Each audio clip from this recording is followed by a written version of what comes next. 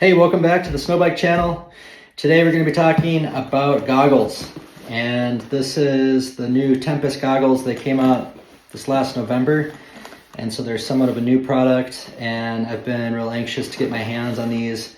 I'm going to be going over just the unboxing, the initial impressions of these goggles, and then I'll be putting out some more videos on my final thoughts after using them. And I can't stress more, just how important good goggles is. And, if you've ever fought goggles, it's just such a killer. It can just totally kill your confidence and kind of wreak havoc on your day. And so, having a good set of goggles really instills confidence when you're on the hill. Your ability to see subtle features will really help you improve your game, and your progression as a rider will happen faster when you've got good goggles. And I've been on the hunt for good goggles for a long time, and when I saw this product come out, I was pretty stoked about it. Full disclosure, I did buy these with my own money, so this is a unbiased review. And first thoughts. So I got them today. They came in this really nice, kind of soft, hard-sided case. And you can see here they have nice little vents. So I think that's just to help let moisture out. And I bought this with 3 different lenses. You can buy them, of course, with just one lens. But the nice thing about these goggles, I'll kind of go over some of the features, I guess, first, is they have an interchangeable lens system. So I'm going to pull these out and show you these goggles. So right now I've got the photochromatic lens, and I think the VLT ratings are on the website. I forget what these are rated for. I think 10 to 75%, and you can take off the lens by pulling up on the corners, on the bottom corners, and they just come off nice and easy. And this is a dual lens goggle, so there's an inner lens here and then your outer lens, and this lens inside here is the one that's being heated.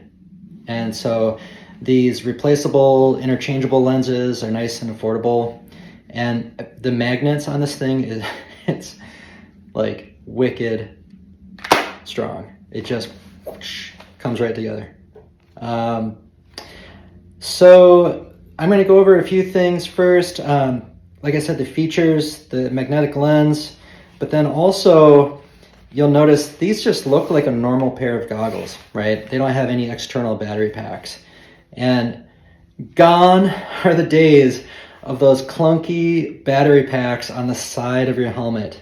Us snowbikers, we like to burn through the woods fast, and inevitably we end up breaking the wires, we end up losing battery packs, they grenade on trees, and that's not the future of goggles. So what they've done here is they've incorporated the battery inside of the goggles. And the other thing they've done with this is there's no on or off button. You just put these on and you wear them. And, when you start off the day to go out and ride, we've got like a million things to remember to turn on. We've got, our avalanche bags, our radio, our beacon, goggles, and maybe you pull out your phone and have a tracking app. And there's all these things that you turn on, and you're going to forget one or two of them at some point. And so this eliminates one less thing that you have to think about. You just put them on, and they have built-in sensors that know when to heat the goggles. And that's part of the secret sauce with these goggles, is that they're very efficient. The battery in the goggles is very small. In my hands, this doesn't feel like an obnoxiously, like an abnormal weight.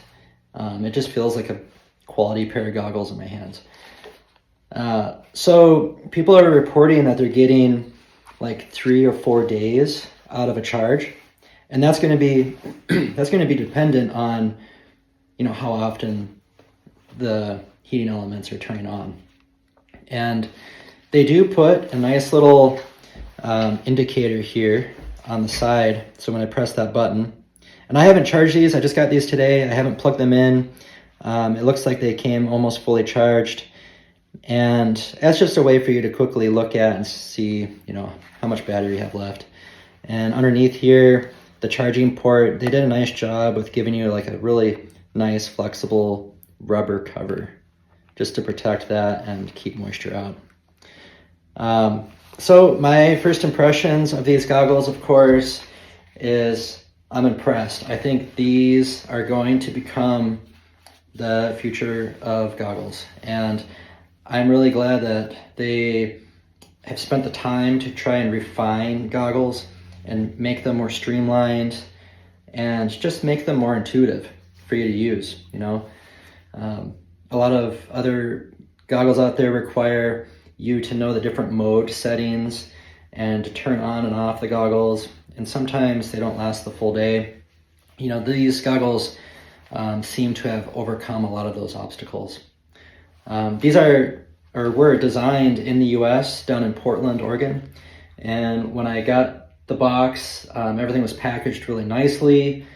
And, you know, you're supporting a small American business. And so I am pretty stoked about these.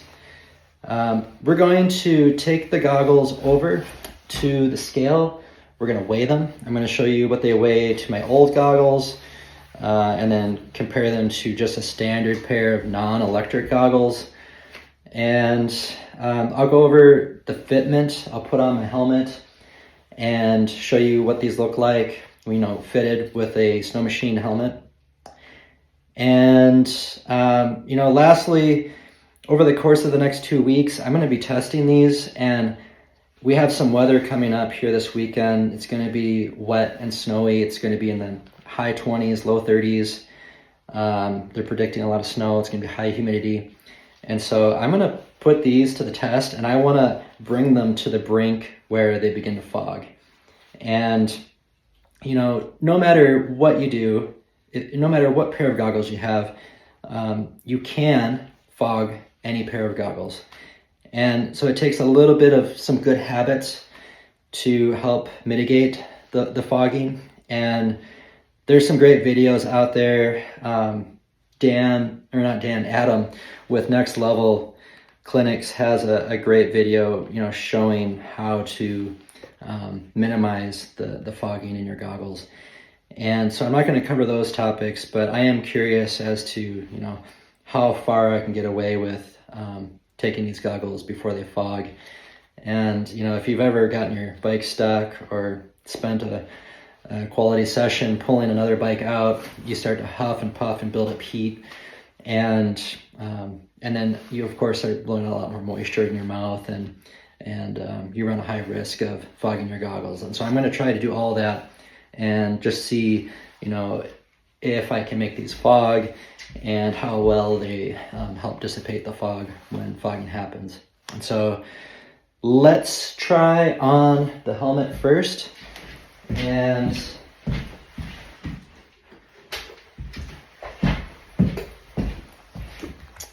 see how they fit. This is the Climb F3 helmet. It's kind of my go-to helmet. I really like this helmet a lot. Okay, get the helmet on, don the goggles.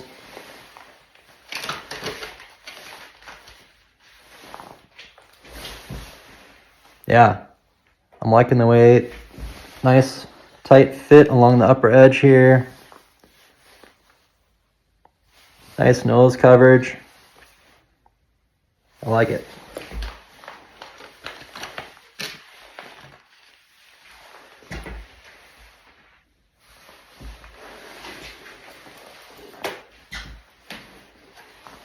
So let's take the goggles over to the scale and we'll get weights on them.